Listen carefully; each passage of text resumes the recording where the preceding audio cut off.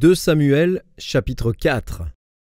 Lorsque le fils de Saül apprit qu'Abner était mort à Hébron, ses mains restèrent sans force, et tout Israël fut dans l'épouvante. Le fils de Saül avait 2 chefs de bande, dont l'un s'appelait Baana et l'autre Récab. Ils étaient fils de Rimon de Behéroth, d'entre les fils de Benjamin. Car Behéroth était regardé comme faisant partie de Benjamin, et les Behérotiens s'étaient enfuis à Gitaïm, où ils ont habité jusqu'à ce jour. Jonathan, fils de Saül, avait un fils perclus des pieds. Et âgé de 5 ans lorsqu'arriva de Jizréel la nouvelle de la mort de Saül et de Jonathan. Sa nourrice le prit et s'enfuit, et, comme elle précipitait sa fuite, il tomba et resta boiteux. Son nom était Méphibosheth.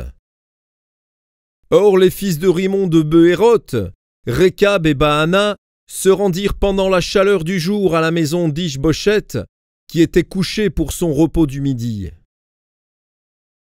Ils pénétrèrent jusqu'au milieu de la maison, comme pour prendre du froment, et ils le frappèrent au ventre. Puis Récab et Baana, son frère, se sauvèrent. Ils entrèrent donc dans la maison pendant qu'il se reposait sur son lit dans sa chambre à coucher. Ils le frappèrent et le firent mourir, et ils lui coupèrent la tête. Ils prirent sa tête, et ils marchèrent toute la nuit au travers de la plaine. Ils apportèrent la tête d'Ish-Bosheth à David dans Hébron, et ils dirent au roi, « Voici la tête d'Ish-Bosheth, fils de Saül, ton ennemi, qui en voulait à ta vie. L'Éternel venge aujourd'hui le roi mon seigneur de Saül et de sa race. » David répondit à Récab et à Baana, son frère, fils de Rimon de Behéroth, « L'Éternel qui m'a délivré de tout péril est vivant. Celui qui est venu me dire, « Voici, Saül est mort, et qui croyait m'annoncer une bonne nouvelle.